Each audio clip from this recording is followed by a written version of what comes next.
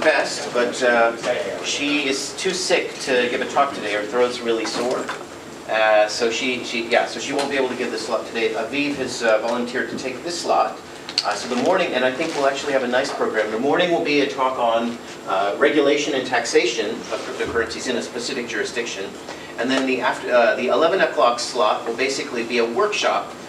Basically, between the lawyers in the room, the lawyers and the computer scientists, it'll be a workshop on functional equivalence, basically mapping legal concepts and constraints to technical guarantees. And I think that'll fit nicely after we learn about some of the regulation requirements here. So that's a morning program, and the afternoon program will basically involve Nils, who couldn't make it on Monday, but will give a talk today he's from Libra, so he'll talk about some of the economics of Libra. And then Rees will basically give the last talk, which will be, again, on regulation concept, right? Ethics, yeah. And the afternoon one starts on 1:40? Yes, at 1:40, yeah.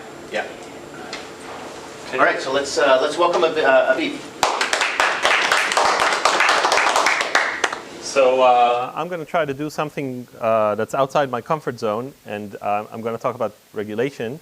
For those who don't know me, I'm a computer scientist, and so I should put up, since this is a lawyery talk, I'm going to put up the disclaimer saying that I too am not a lawyer, following others who came before me. Specifically, I think Kobe gave the best disclaimers. So what I want to talk about is kind of a partial view of what goes on in Israel, and I'm qualifying this to Israel because I'm not an international regulation expert by any means.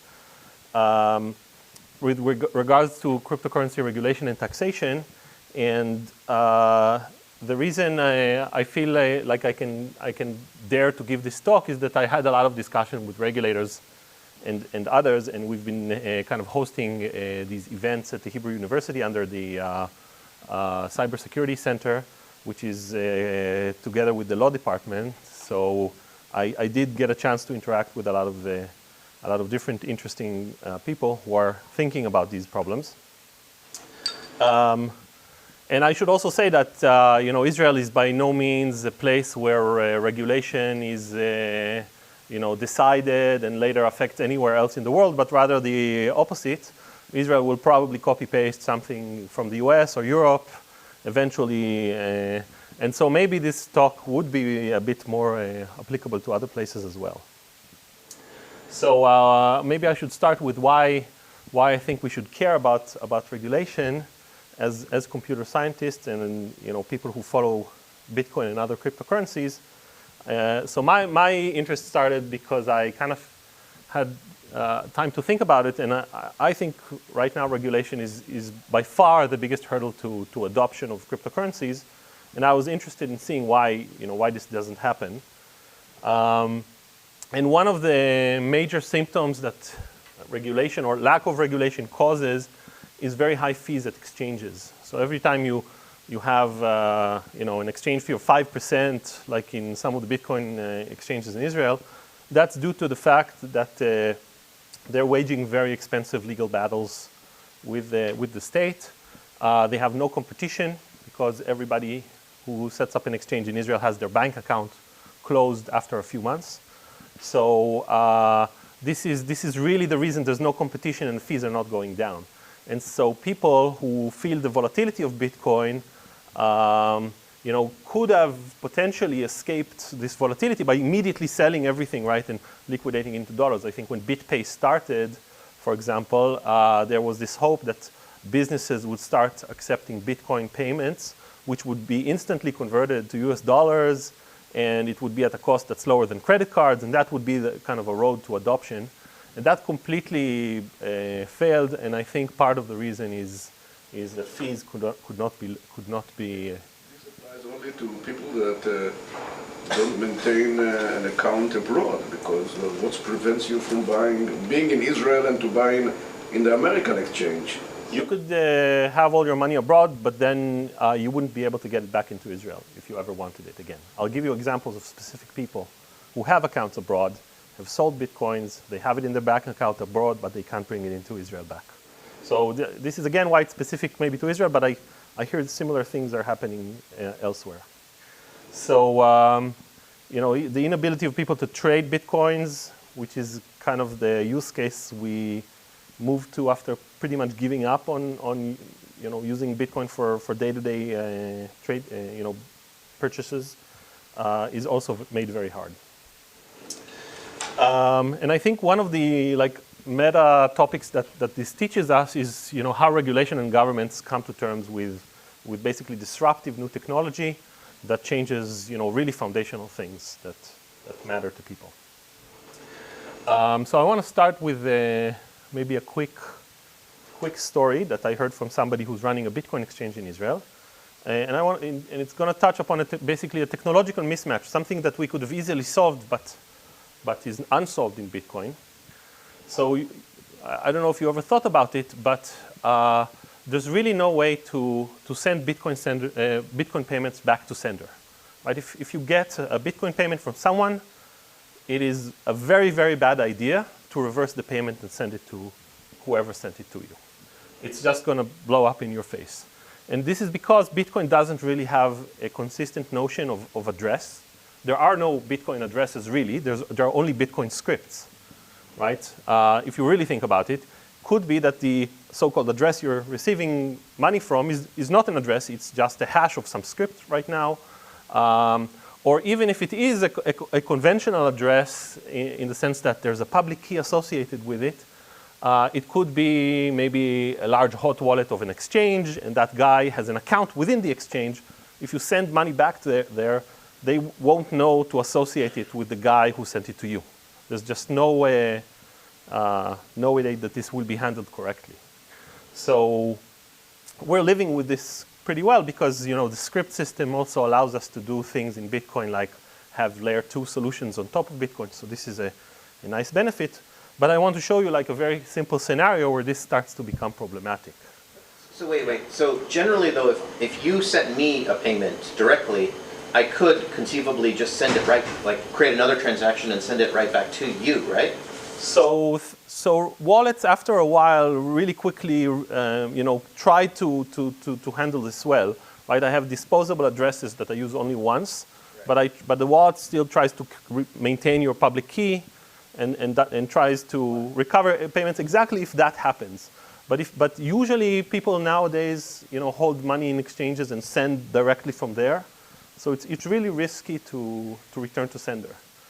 Right. So there's a risk involved in just arbitrarily doing it, but technically, Sure. I mean, if you and I talk and you say just send it back to the address, obviously I can do that. Right. And there's a best practice is not to reuse an address, but Right. There's nothing technically stopping it, and in fact, the same person with the public key who knew that Right. Yeah. That works fine. So it's more of the infrastructure problem of not being able to return payments, right? Yes. And I'll show you exactly why, I mean, if you think about it in regular conventional banking, if you get a SWIFT transfer from someone, there is an operation, your bank can say, I don't want to let you have that money because you had you're a fishy person and maybe that came from a source that we don't know, and they can just reverse the payment. That's always possible. That's built into the SWIFT system. In this case, right payments are push rather than right cooperative, and there's no way to return them in every occurrence. So here's the scenario.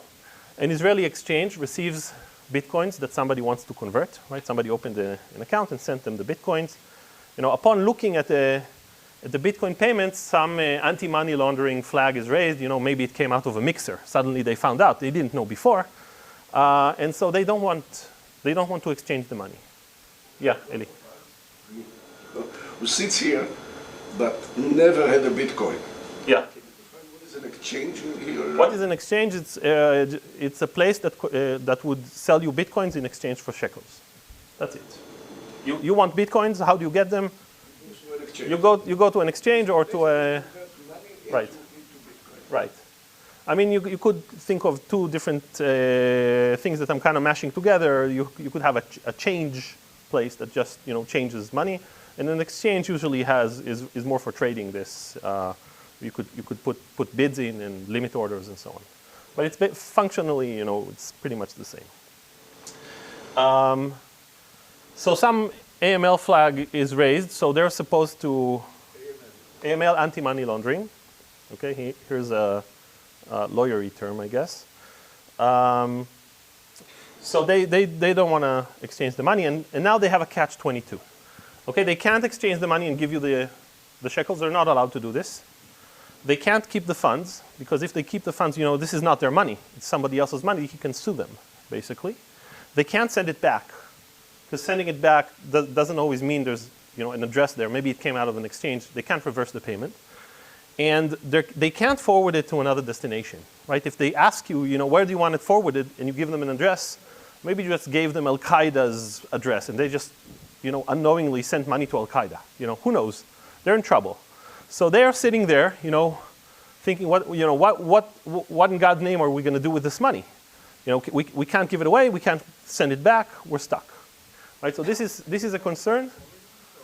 I mean, technically, yes, they're sending money to Al-Qaeda, but it's not like you could have done that just as well directly. So it's not really something that they're doing, right? Yeah, but then this guy, on the other side, on the Al-Qaeda side, right? Somebody's going to, look at this. Maybe it's another exchange. It's an account of Al-Qaeda. It's a decent exchange.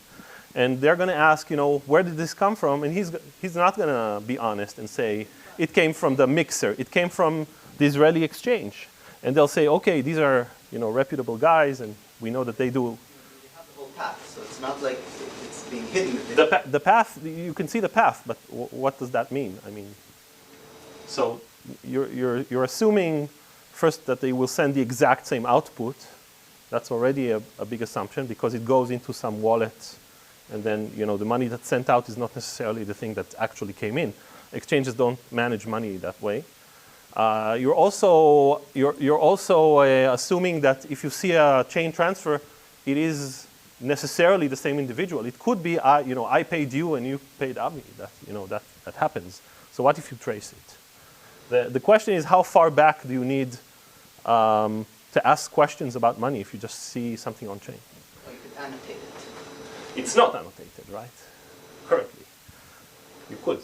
And as we'll soon talk about, it should be. The AML flag is raised on the receipt of the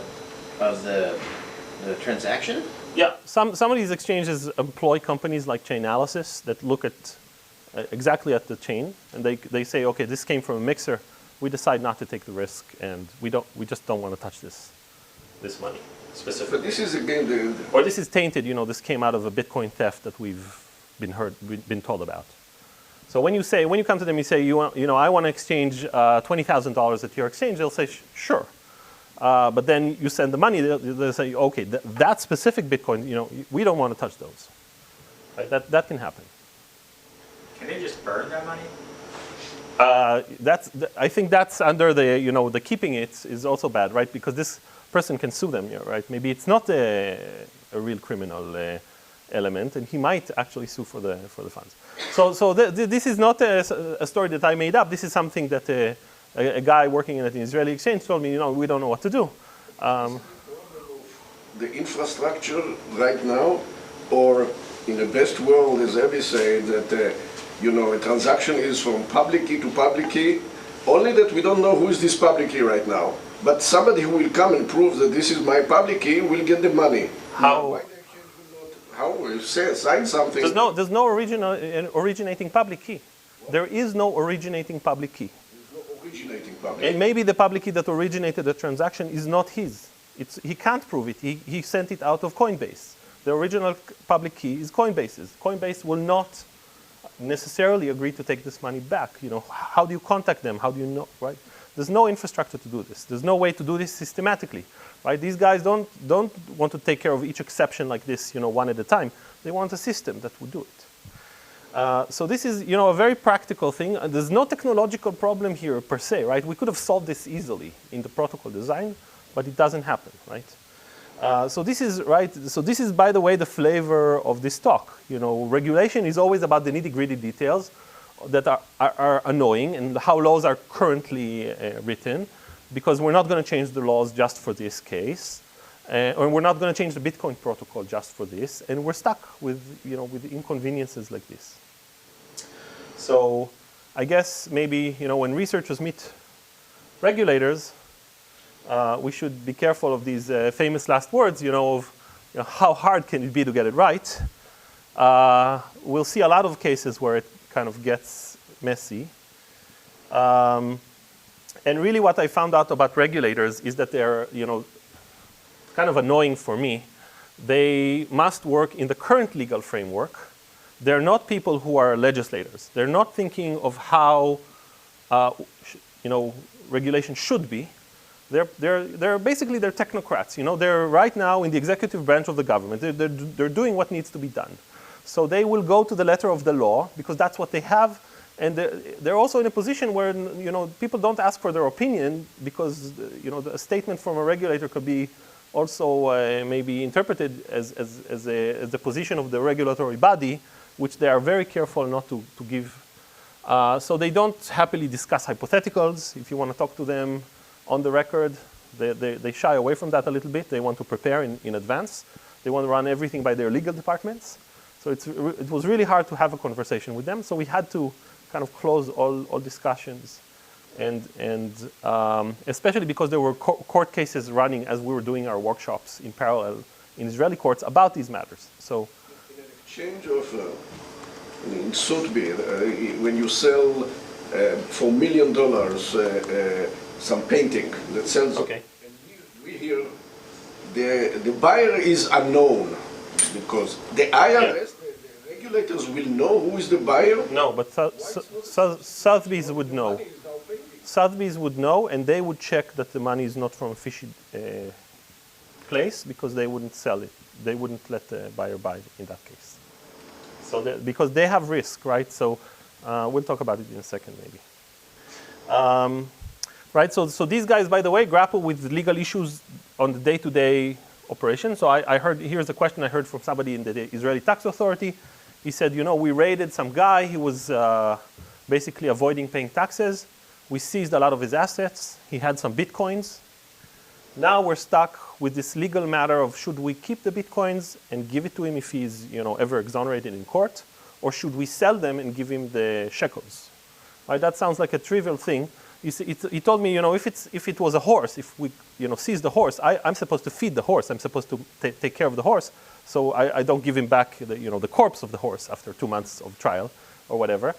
Or I can, and I'm not even allowed to necessarily to sell the horse. I should give him back exactly, because it's a special horse. It's a unique, breeder maybe, and you can't buy another replacement. Or if it's a piece of art. So now with bitcoins, they're worried about the volatility because if later they're supposed to give the monetary equivalent, maybe that's really changed by the time they get there. So they're sitting there grappling with these problems, which are not, they're not computer science problems, but still they have to follow the letter of the law. So is Bitcoin more like a horse or is it more like dollars? So that's what bothers them. This is not unique to cryptocurrency, right? Yes. I think the volatility here is what worries them. They know how to handle everything else, and judgments on whether Bitcoin is a commodity or a currency affect them in different ways. Not necessarily just in taxation, but also after they see something, they need to know what to do with it. What's the difference between sizing seized Bitcoins? stock? It's also volatile, and what do they do when they size? I have stock, and they come and raid me. So for stock, they have precedent. But if you say Bitcoin is like stock, that has other implications as well. I mean, it's a risky thing to declare. Bitcoins are stock, then that means you tax them in a certain way, and that has other implications. If you're the tax authority, at court you'll have to explain your position at some point. Your previous example actually showed that Bitcoin is not fungible, right? Because you care which Bitcoins you right. want. So the fungibility of Bitcoin is a very big question as well. I'll get to that. So I probably won't have time for all the stuff I want to show, but we'll try.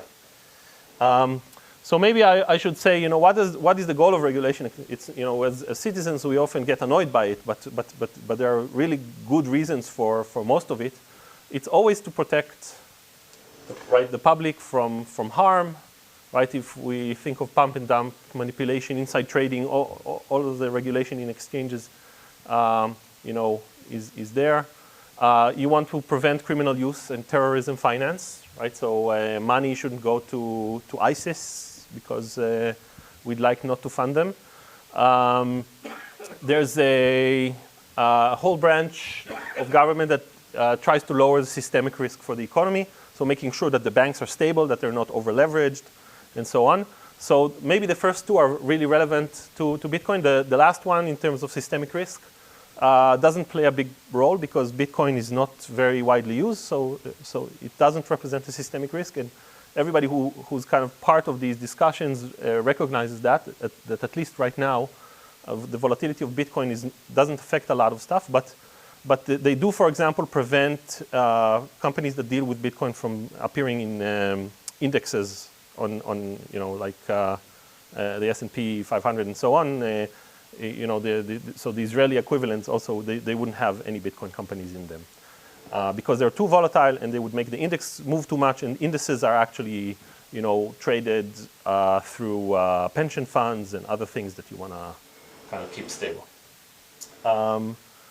So, and maybe I should say that there's also a very big motivation by all these guys. They don't want to block technological advancement. They understand that this is big. They are excited by cryptocurrencies, just like the general public, and they really don't want to block it. So maybe I want to start talking about different issues specifically, and I want to start with taxation. So this is not regulation per se, but taxation. I guess tax authorities were always the first to react to how Bitcoin is handled. And I think very similar to other places, Israeli tax authority is pretty much the first to issue guidelines in Israel. Guidelines are made official in 2018, so not too long ago. But there were other preliminary suggestions before that. And there's active enforcement of taxation on Bitcoin. They literally send out letters to people who have bought on exchanges. They got lists of people who traded on Israeli exchanges, and they all got letters kind of from the Israeli tax authority to report any trading that they've done. And just recently we had a court case that reaffirms the status of taxation on Bitcoins. And maybe I should say that in Israel, Bitcoin is considered an asset. So what does it mean that it's considered an asset? It means that you need to pay capital gains tax on this asset. Okay, right now, so the difference is if you took Israeli shekels, you traded to dollars, for your trip to the US, then I fly back to Israel, I trade it back to shekels. Maybe the dollar did something, changed in value. I don't need to pay taxes for relatively reasonable amounts of foreign exchange trade. But if I buy Bitcoins and sell Bitcoins and the exchange rate changed even a little bit, I owe the government some percent of capital gains tax. Okay, so that's the decision. If I've traded my shekels to US dollars, those are not considered an asset? No, not in Israel. Not for until you reach really large amounts of high trade volumes. So you could be a forex trader, like a huge one. Then you owe taxes. If I made one trade, I took $10 billion shekels and made it into $3 billion of US. That would go over the amount. But if you did it with $10,000, you bought $10,000 and sold sold them on your a month later, you made a little bit of extra. The classification of an asset is based on the size of the trade, of the size of the asset? Like dollars under 10,000 are considered petty cash, but above 10,000 are considered assets for tax purposes? Yeah, for capital gains tax purposes, I think so. Yeah, I don't. Again, I'm not an accountant or a lawyer, so take it with a grain of salt. So the idea is right. It's very convenient to trade money for foreign exchange, and there is some fluctuation, and we don't want to account for everything. As you'll soon see, having Bitcoin classified as an asset is a real pain in the neck. Right? It's going to be horrible. Specific to Bitcoin, or it's like all cryptocurrencies? So this is all cryptocurrencies, basically. Everything. So it's more than just Bitcoin, but Bitcoin is the one that really matters because that's what most people hold in, right? Like a technical thing that makes. No, I don't think so. So when you press these guys, what's the rationale between, it's not a, why is it not a currency? Why is it an asset that's different than a currency, than a foreign currency? They say, the letter of the law is so and so, but if you press them and you ask, what's the principle behind this? Forget the letter of the law for a second, and they say, the principle is, just in any tax, you get wealthy from some activity. You're a citizen of this country. You pay a little bit to the state, right? And when we say you get rich, we really mean like if the value of the currency changed because of inflation, for example, we take that out. Profits are inflation adjusted. So we really see if you can buy more stuff with your money afterwards, you got a little bit richer. You need to allocate some of it to the state. And when you press them on why this is different from other foreign currency, they say usually, we think this precedent of foreign currency not being taxed is wrong. This is where the mistake is. It's not in Bitcoin. Bitcoin is done right, but they say, we think the principle was, there was an interpretation of some law, and it was decided in some court case, but we think that was the mistake.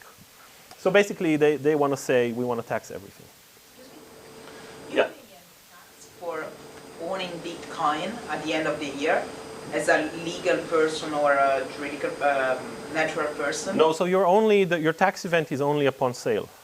So you have your wallet of Bitcoin or no matter which cryptocurrencies by the end of the month. I'm just thinking from the assumption is that if you have Bitcoin or cryptocurrency means that you have something which makes you healthier and wealthier than before. So. But profits are kind of like on paper, right? So you never realize them. It's the same with stock. If you own stock in the bank, you don't have to pay taxes at the end of the year. Maybe you don't even have the money. Everything like, think of all my money being in Bitcoin. Can you stock for buy anything while... No, if I want to buy something with stock, I first have to sell the stock. Yes, but you can use Bitcoin without selling Bitcoin to get something. Yes, but that then is considered by the tax authorities to be barter. So if I, for example, come to a store and I barter apples for milk or something like that, the way the accounting is done is they think of the sale of apples to the currency, right, shekels in Israel, for some price, and then I bought milk with that. So it's always an activity. If you trade your Bitcoins for something, you basically just sold them and maybe you bought something else at the same time. Tax event if I buy Ethereum with Bitcoin? Yes. So I'm going to exactly talk about that, and that leads to some ridiculous conclusions. Right? So exactly, buying something with Bitcoin is a tax event. Right? You owe taxes, capital gains tax, when you sell, because, or of course, depending on whether you made a profit. If you made a loss, you can actually get money from the state. You can offset that with the other gains that you made in other stock or other places. And that really makes it super hard to keep track and report all activity. Every time you go to the grocery store with Bitcoins and you want to pay, you buy milk, right? You have a tax event. And you need to figure out how much tax you need to pay, right? So if you think about it, if you want to manage that, that's going to need software on both sides, right? Your side for keeping track of when you sold every Bitcoin you had, maybe across multiple wallets. And the tax authority, when you give them a report of like 1 million transactions that you've done in the last year, they're going to need to check it out. So they need software in there. And so that's, again, a technological barrier. They probably can't have you report it right now if they wanted. And we should always remember that Bitcoin goes up a lot in cryptocurrencies, but they also crash. So losses can actually be offset against other taxation in the future. So you can actually roll losses over to like next year's taxes and get a reduction in taxes for the future year. If you do this on a Lightning channel where there's no official transaction record, then it's not. Yeah. So even in Bitcoin, nobody uses the official transaction record. If you think about other goods, like stocks are being traded, they don't go to the official record unless they are investigating you. You basically declare something.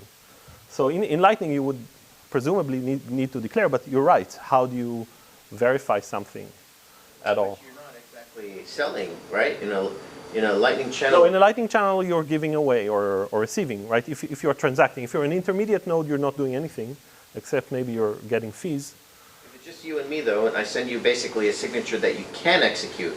So in other words, I'm giving you an option as opposed to an actual sale. Yeah. Right? So for Lightning, I would ask, when is the point in time at which we actually transfer the money? Is it when we close the channel? But what if I can close any channel on empty by pushing stuff to other channels, right? So you could shuffle money within the Lightning Network in this way.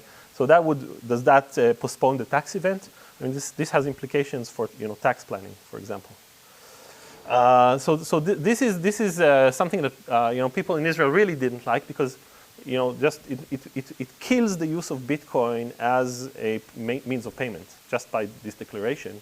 Makes it really hard to use. So rich people, they take, like, let's say I inherit, like, all the people who own lots of stock in big companies, like, they can't sell that stock, but they often, like, skirt these capital gains taxes by just borrowing against an asset, and then, having technically a debt, and then basically spending from that debt. So, I mean, maybe that's the right way to think about this stuff too. Yeah, I don't know. I mean, this is more aggressive tax planning. That I'm sure, some accountants can make a field day out of all this stuff, and I'll hint to some of these things. So maybe I should also tell you about this is something that I found out about FIFO taxation. Yeah. So you were earlier saying that from the regulator's perspective, they're not legislators, they're working within an existing framework, but that said, they understand the importance of technological advancement and so on and so forth. But somebody else spends some cycles thinking about classifying Bitcoin as an asset as opposed to a currency. How does this aspiration of not blocking technological advancement for that person? How does it manifest? Yeah, how does it manifest? Maybe it's not apparent. Like, it looks like these are all bad implications. There's no good implication. Maybe there are some other good implications on that. I'm just curious what. So some of the things they're saying, we have to abide by the law. This is how we interpret the law. And then they say, we can initiate. One of the things they've done in Israel recently is a regulatory sandbox. So you can apply to the government to get exemption from a lot of regulation and get access to information from the stock exchange and so on. And you can run your financial experiments within the sandbox to kind of see how it goes. So they're also encouraging cryptocurrency companies to do that. But I should tell you, things like taxation, that's not a regulatory thing. This is not something that they're going to budge on. I mean, they see people get rich, very rich, and they say, the government gets a cut. This is what it means to live in a modern society. Now, the exact way you're supposed to take that cut is maybe an issue, but somehow there's an exemption for dollars. The issue never comes up because the dollar doesn't fluctuate as much as Bitcoin. Nobody, some people make a lot of money from foreign exchange. Usually they're over the bar for getting taxed on it anyway. So that question practically doesn't come up so much. Whereas with Bitcoin, people made millions and millions. And to be honest, I think it's fair. I'm a tax-paying citizen. I would like to see people pay taxes in general, right? So maybe I want to switch over to FIFO taxation. So when you sell a Bitcoin, right, we need to figure out what the tax is, and so we need to figure out, how much did you buy that Bitcoin for? So what happens with stock, and this is also been ported to Bitcoins, is that the Bitcoin that you sell first is the one that you bought first. If you have a stash of Bitcoins, you bought them at different times, the one that you sell first is the one that you bought first, so it's FIFO. So it's interesting to see that accountants know some computer science terms. And this leads to some really extreme examples. These are true stories. There are people in Israel that had this happen to them.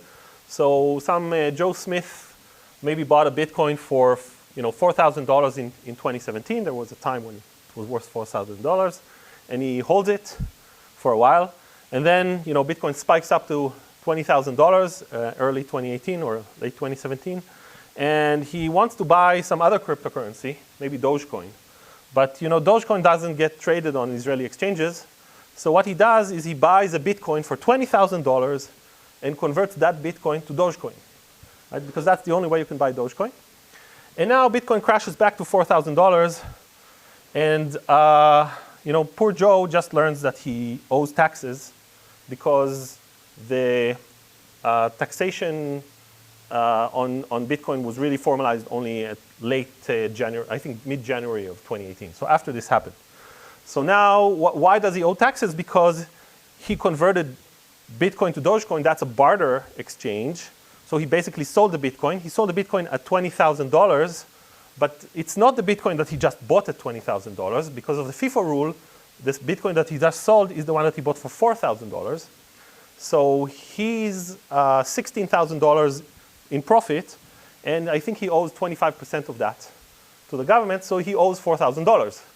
Basically, the Bitcoin that he has, the one Bitcoin that he has is worth $4,000, and that's the amount of tax that he now owes the government. Right? And you could set it up so that he owes more money than he has very easily, because he wasn't aware that there was a tax event here. So of course, this is just maybe a single occurrent event, because after these regulations get published, he should know better, and he should be taxed. But there are some people who are stuck with taxes for money that they don't have. If you were to actually sell that Bitcoin at 4,000, then he could deduct because he has made a loss. He has a latent loss of 16,000 right now as well. Yeah. So you're right. He does have a loss. He does have a loss. But so what happened really is that some people started. They were doing trades, right? So they're trading. So they bought some Bitcoins, and then they maybe changed all of them to Doge, right? He could have done that as well, instead of buying an extra Bitcoin. And by trading and then having everything crash, just the trade at that point in time may have killed a lot of profits. Not everything moves the same, right? Dogecoin does not necessarily make the loss that Bitcoin made as gains. So we have situations where people are stuck like this. If the second step is a direct change from one Bitcoin to however many Dogecoin, why is there a tax? What means did he actually sell the Bitcoins? He bartered Bitcoins because Bitcoins are not considered a currency. So what he just did is it's like exchanging apples for milk. So the way to account for this is to consider the Bitcoins as sold in shekels in this case, or dollars in this example, and then you purchase with that the Dogecoin. So that's how the accounting is done. And that's a tax event. So there you have it. The same in the U.S., and this is not theoretical. I mean, this happens to many, many people, and it's even worse because you can have this enormous tax bill that you have to pay now, and even if you have this latent loss, it's in a different tax year, and so that loss now can only be carried forward. Right. So you owe the government, hundreds of thousands of dollars or whatever it is. You don't have any money to pay it, and the loss that offsets it only accounts towards right. Which may or may not occur. Exactly. That's the same in Israel. Losses you cannot cover past gains. Perspective isn't like this set of controls. Can it be abstracted as just maybe dealing with highly volatile assets, and maybe just current taxation is not prepared to give reasonable either it's not quite about guidelines, but set of rules that apply for highly volatile assets. Right. So I think that would cover the case, and also I will admit that it is a one-time thing because it was unclear how to pay taxes when they were doing these trades, and with stocks, maybe the bank would even tell you, right, if you're trading on some through some intermediary, maybe they would tell you, you're in trouble here, you owe taxes. But definitely you need to know what you're doing, and you're right, volatile assets are problematic, and people are asking, why can't I pay my taxes in Bitcoins? If I could pay my taxes in bitcoins, maybe that would make sense. But The only reason why currencies have any value is because you pay your taxes in the. no, that's not true. Currencies have value because your contracts say that you get them as salaries, for example. So there's a demand by your employers to get the currency so they can pay salaries. So that gives it inherent value, and also to buy goods. One interesting kind of battle that goes on behind the scenes that I'm not up to date on where exactly that is. If you are selling stocks at banks, the bank actually withholds taxes automatically.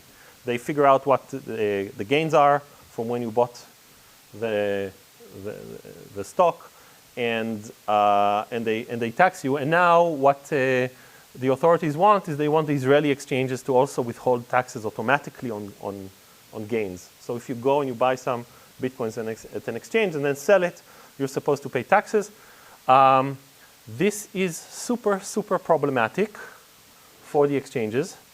So if you think about it in conjunction with the FIFO rule, right? Let's say I bought bitcoins at an exchange. Then I went to a different place and bought some bitcoins, and I'm selling something. So which bitcoins am I selling? The FIFO rule says I may not be selling the bitcoins that the exchange has actually seen. I'm selling some other bitcoin that was purchased elsewhere at a different point in time. So how do you tax it? You need some declaration from the person selling about all their bitcoins holding over time, so you can figure out what the FIFO rule actually says. This is getting to be a problem, right? I mean, in Israel, there's a saying in Hebrew, go prove you don't have a sister. Something that's hard to show. Like go show that you didn't buy other bitcoins somewhere in the middle that you are actually supposed to be taxed for. We can buy anonymously on other wallets. So how do we do that?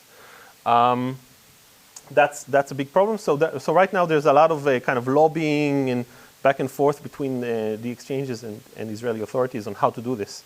And for Israelis, this is this would take care of if you do something by default, it takes care of a lot of the population. Israeli taxes, for example, are usually withheld for like the majority of the population who are employed somewhere, and they don't need to interact with authorities at all. There's no tax reporting done at the end of the year for most people. So this is about taxation. What is the precedent for FIFO? Like, is that because stocks are done FIFO as well? Yeah, that's basically it.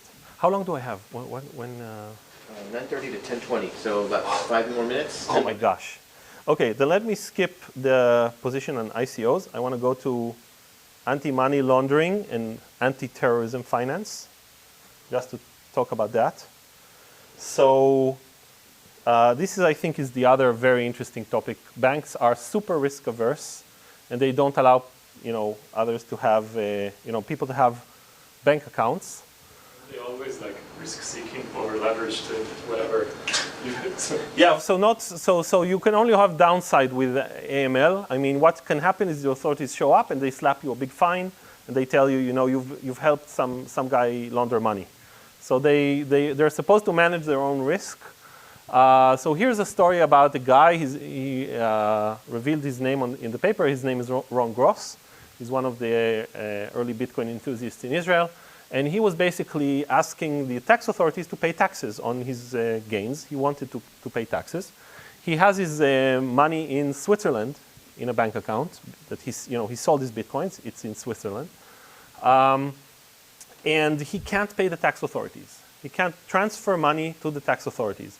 They would not accept a transfer from Switzerland in dollars. That's not allowed. You have to give them shekels. He can't get his money into an Israeli bank because it comes from Bitcoin, and they don't want to give him a bank account. So he's stuck, and basically they seized his scooter and his apartment and his bank account in shekels. He doesn't have enough money in it to cover the taxes that he owes. Right? So and everybody's really sympathetic, and they say, we understand your plight, but this is this is the state of things. We're not allowed to touch this stuff. So he couldn't pay taxes for a while. Swiss money into shekels? Like the UBS won't let him go to the counter and say, I take my money in shekels? He could probably, get it in cash, but then he would go to an Israeli bank. He'd try to deposit this cash. They'll ask him, where's this money from? He'll have to say, this is from sale of bitcoins. Can't you? No, you cannot pay your taxes in cash as well. There was another story in the paper not too long ago about the guy who was hiding cash in the walls of his house from basically he was hiding. He ran a cash-only business and was misreporting on taxes, and he wanted to settle with authorities. He wanted to kind of pay back what his dues, and he went to a lawyer and he negotiated a deal with the Israeli tax authority to pay the cash. And then he said, I have all this cash. They said, we can't accept cash. We're not allowed to. We're only allowed to accept the transfer. So he went to the bank with his, large stack of cash and said, I want to deposit this to give it to the Israeli Revenue Service. And they wouldn't allow it because they don't know where the source of the cash is. Maybe it's a drug trade or something they don't know.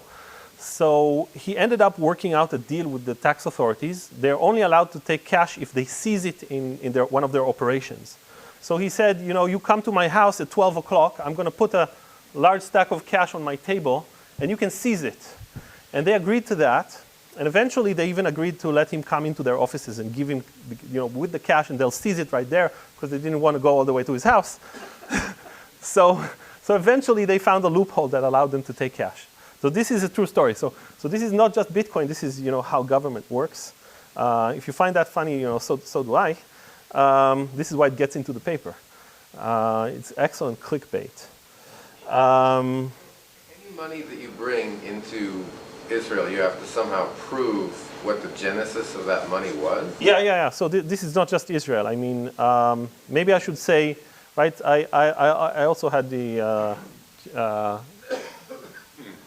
So I want to address that in a second, okay? I'll kind of give the lay of the land. So there are some court cases that are related. An Israeli currency exchange, Bits of Gold, has won a legal victory over an Israeli bank to keep access to banking services. Banks are basically state-issued oligopolies, right? The government says you can't be a bank unless you get certain permits, and that comes with some liabilities. You have to serve everyone by law. The law says you have to give everybody services, and so these guys wanted to run a Bitcoin exchange, or sell and buy Bitcoins, and so they have to give them a bank account. They really had a lot of trouble, and this was a very important court case. There's also a mining company who was doing mining through mining contracts, who wanted to get their money from converted into shekels. It was maybe the cleanest case you could ever have, because you could see on the Bitcoin blockchain that this is not money that came from some source other than mining. So it's literally currency that was just minted by miners, and they wanted to cash it out and get paid for it in shekels. And the bank didn't allow them to have an account and blocked their transaction. And the judge eventually said that they have to have a bank account. The bank has to supply that, but the bank can still block specific payments, including that payment if they want. Because these guys weren't really forthcoming. They lied or held back a little bit of information about what they were doing. Mining should be taxed as income tax rather than because you work for it. That's fine, but this wasn't about taxation. So the reason banks are shutting down this activity is because of money laundering issues. And money laundering in Israel, at least, is decided by actually an international body called the FATF, the Financial Action Task Force, which is a body that has, I think, 30-something, maybe 40, up to close to 40 member countries. And they kind of decide together on laws for compliance with anti-terrorism finance and money laundering. And then once they decide, every country has to pass these laws into its rules, and then they get peer reviewed by other countries for compliance. Did they actually do what's supposed to happen? So this is what their assembly looks like. A lot of kind of a UN-style meeting where a lot of countries get together and discuss this stuff. And what happened is that the FATF recently said how to handle cryptocurrencies. So the Financial Action Task Force basically defined something called a VASP, which is a virtual asset service provider. And VASPs are actually regulated entities. So exchanges now fall under regulation, according to the FATF. And Israel is also adopting this. That means that every time Bitcoins pass from an exchange, from a regulated entity to a regulated entity, an exchange to an exchange, or an exchange to a bank, they are required to share customer details about whose money it is that they're transferring. This is the same as what happens with dollars. And otherwise, if you're an unregulated entity, you're not a VASP, then your Bitcoins are basically considered to be cash. So it's like money that we don't know where it came from. It's anonymous. Whether you can or cannot track it on the Bitcoin blockchain, we don't know. So whoever is accepting this money has to now decide if they're willing to take the risk for AML, the risk that they later get fined for allowing money laundering to occur. So maybe I should show this. So this is how currency regulation goes. If you're like on one side of the fence, you have banks that are regulated. They send money to each other that could be dollars, not necessarily Bitcoins. And on the other side of the fence, you have regular cash, and you have Bitcoins that are considered pretty much as cash. And it used to be that Bitcoin exchanges were on this side of the fence. They weren't regulated. So every time you tried to send money from here to here, you had to really explain where it came from, and it was very hard to prove. So now what's going to happen is FATF regulation basically moves the fence. The fence is going to be here. These guys are now regulated. If you take money out to your Bitcoin wallet and then deposit it again into an exchange, you're going to have to explain what happened and where it came from, what is the source of the funds, just as if you did it with cash. So for small amounts, that wouldn't be a problem. But if you come up with something like $10,000, they're going to start asking questions. If you ever sell a car and show up with a wad of cash, they immediately want to see papers that you've actually sold something and where did this come from and how this happened. Right. So that's basically. Is that just Israeli, the VASP, or is that, you said that's international? FATF is international. So these don't have to be banks in Israel. Those can be banks like Switzerland, US, and so on. Like if I transfer from an account in the US on my name to an Israeli account at my name, then I wouldn't have a problem with the transfer. They send my details. I don't even get asked questions. That's the usual case. So now what really happens is exchanges are going to have an easier time sending money to banks, but now they're going to be under the microscope in terms of what they allow in. So this regulatory influence that used to lie at the doorway of banks is now on the exchanges. They need to suddenly develop this infrastructure that they don't have to figure out where Bitcoins come from. And this travel rule that says you have to share details of the person sending the money means that if money is sent from Coinbase to another European exchange, they need to recognize this Bitcoin transfer as one occurring between regulated bodies, and they have to send over customer details. So the Bitcoin protocol isn't built for that, right? If you get money from somewhere, you don't know that it came from Coinbase. There's no way to tell right now, but they're legally obligated now to know, right? So they have to know if you are a VASP and you're getting money from another VASP, you need to know customer details. So that's another place where technology can potentially solve it, but it's not there. I mean, I don't know how they're going to do this. So why does the metadata have to be part of the protocol? Already right now, anyways, the metadata that will be sent over whatever system exists is probably not cryptographically secure anyways. It's just metadata provided as information for their end, and it's irresponsible to write the correct metadata. So actually, right now you're doing Swift transfer. Swift transfer is only data, and it does carry in the message where you are sending money. It carries your details. So the FATF understood that the Bitcoin protocol doesn't have the metadata in the transaction itself. So they made a special allowance that the metadata could go through another system. That's fine. That's okay as long as it goes through. But you need to recognize this, right? So now Coinbase, if it gets a Bitcoin payment, it needs to know if it came from another regulated body to be able to, and to be able to somehow receive on some system that doesn't yet exist the corresponding metadata to that transaction. Work with the problem you said originally, where I can send them money in such a way that they cannot do anything with it. Exactly, that's a big problem. I don't know. So those are FATF regulations right now. There's the travel rule that applied for SWIFT transfers now applies to Bitcoin transfer between regulated bodies, and exchanges are regulated bodies. So I think I ran out of time, so maybe I will just kind of say there's a lot of places where science, kind of modern science starts to challenge regulation. One very big trend that goes on is that there's, instead of more privacy, FATF and other authorities are actually going the other direction. They're going into big data analysis and data pools and revealing everything and sharing data between member countries. So this is an interesting trend. They're completely ignoring traces on the blockchain. So maybe there's a missed opportunity there. They're thinking of Bitcoin as cash that is anonymous. Maybe you can learn something from the blockchain. It's not clear what you could learn.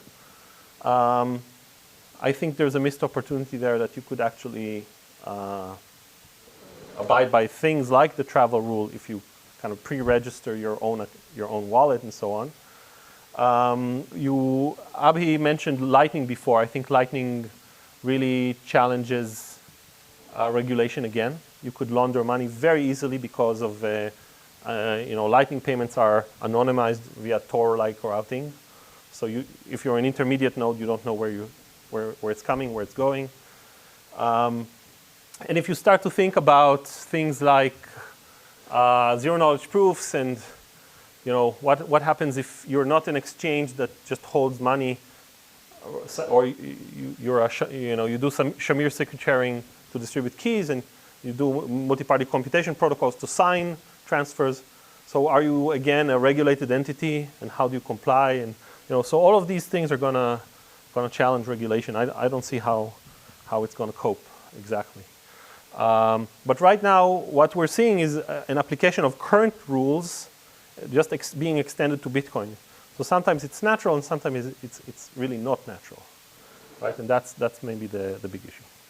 So I guess I'll stop here, and thank you all.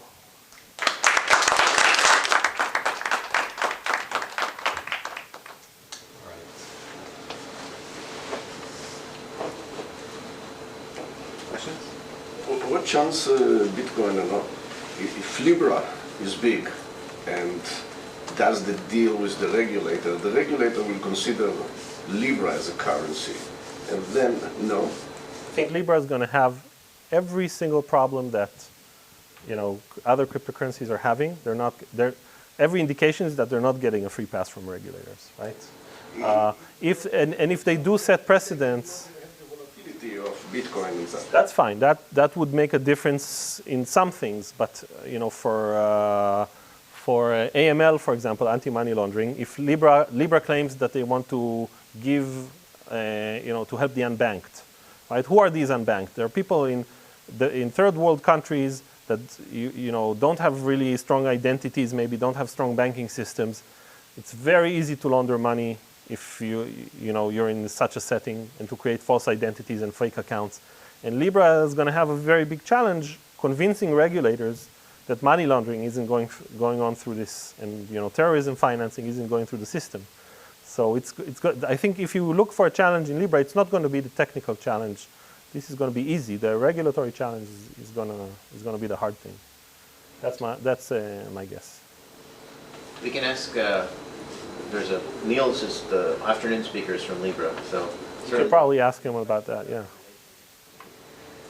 Another question about mining. So this seems like the perfect money laundering opportunity, right? Because you get completely fresh coins. There's no way to connect them to anything else, and so how do you deal with this? I think that's very easy actually in practice, because if you think of somebody running, a cash-only business, he can launder money just as well, right? Well, so how do you audit him? Well, miners, you can ask them just, show me your mining equipment, show me your electricity bills, show me that you've been running this thing. Basically, that miners from China say I won't be able to, or I don't know, maybe China is part of this, of course. But like if I have mining equipment in a country that is not part of this 40 countries. I keep it in the sea, in the middle of the ocean on a ship with like solar panels. No, basically, this really relies on the non-fungibility to say that, these coins are good and these coins are not. Right? If I have a system where the mining is anonymous, it's not about the non-fungibility. You're going to have a payment going into an exchange. It doesn't matter. You could have changed it to, with somebody else's money, bitcoins, right? So you get fresh bitcoins from somebody who mined in Israel. He gives them to you directly. He even gives you the keys. So there's no transfer on the blockchain. And you're going to now send it into a bank. So now you need to explain where did it come from? Now, how did you come upon this, $1 million worth of bitcoins? And you're going to have to provide documentation for where it came. And this is not different than what's going on right now. I mean, if you show up with a suitcase full of dollars, and you say, I want to deposit this, they're going to ask you a lot of questions, right? And sometimes they're not going to accept your money. That's part of it. So if it comes from a well-known source, you're going to say, I'm Walmart, and I had these sales, and this is transfer from a European bank to a U.S. bank or whatever. They're going to say, fine. We know how you made this money. Where it came. We know where it came from. The place that it came from is also regulated. So if we want to investigate you, we go to Interpol or something and we ask, we get a court order to see the records. They know who you are, and we can trace the money back in terms of identities. So this is something that actually they were really adamant about. When I asked them, what if I show you traces on the Bitcoin blockchain? I mean, it can't lie. They basically said, we want the ability to investigate people without their knowledge. So if you go to Zcash, for example, you could always comply. You could give maybe cryptographic evidence of where the money came from, signatures and so on. You can construct systems that would still be anonymous unless you voluntarily, reveal everything. And then they can, give you a court order or you want to comply, and you can show them everything. But they want the ability to investigate you without your knowledge, without your compliance. That means they have to have, either the data somewhere in the clear or, backdoors or keys that allow them to see everything anyway. So I think this is a big societal question of how we handle privacy and state surveillance and is this data going to leak? And this is if you ask them, they're the enforcers. Obviously, their job is always to catch criminals, so they want access to more and more tools. They don't think that they're doing something bad. On the other hand, we need to push back and maybe say, we don't want to give you all this information. And maybe you shouldn't be able to investigate people without them knowing. Right? What is this? Zero knowledge proof that pay taxes. This is something I asked Eli and didn't get. I can send the zero knowledge proof. I love you. What? So think of bitcoins, for example. Think of bitcoins. ZKP and what kind of things you cannot. So think of a zero knowledge proof saying, here's, I owned Bitcoin. I now sold Bitcoin. Here's this proof that it is on the Bitcoin ledger. With it's on Merkle trees, so you can prove it. This Bitcoin actually came from another address, and I have a signature, attesting that this address is an exchange, for example. And now you can verify this computation, but maybe I can prove to you without showing you the records. I can just tell you, this Bitcoin that I sold, I actually bought it here, without telling you what here is and how many I bought. I owe you so and so many taxes. That's a computation that you do. You verify the correctness of that computation. It's computation, yeah. Paying taxes is a computation, right? There's usually an Excel sheet, but it's still it's a computation. Everything's a computation, Eli. We're computer scientists. Into the break, and then after the break there'll be a workshop. Are we going to have the workshop here or upstairs?